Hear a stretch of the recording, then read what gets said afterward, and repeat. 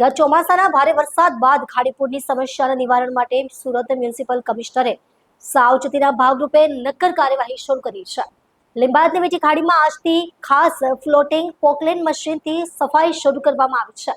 આવા કુલ 4 મશીન આ અઠવાડિયામાં ખાડીઓમાં કાર્યરત થશે.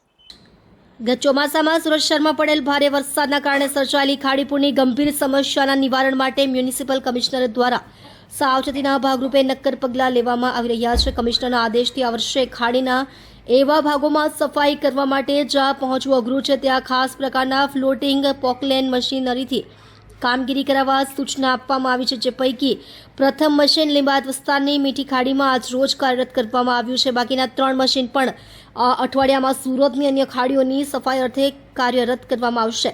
કેન્દ્ર સરકારની સેન્ટ્રલ વોટર કમિશન અને નેશનલ ઇન્સ્ટિટ્યૂટ ઓફ હાઇડ્રોલોજીની તજજ્ઞ ટીમ મ્યુનિસિપલ કમિશનરની સૂચનથી ખાડીપુર નિવારણ માટેના સૂચનો મેળવવા તારીખ 20 એપ્રિલે સુરત આવી છે. આ ટીમ અહીં રહીને ખાડીપુરના તમામ પાસાઓનો હાલ અભ્યાસ કરી રહી છે.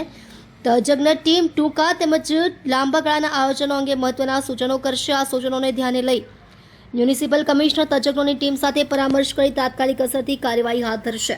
આગામી ચોમાસાની ઋતુ દરમિયાન દર વર્ષે આવતી ખાડીપુરની સમસ્યાના સ્થાયી નિવારણ માટે મ્યુનિસિપલ કમિશનર સતત નક્કર કામગીરી કરી રહ્યા હોવાનું અવલોકન થાય છે.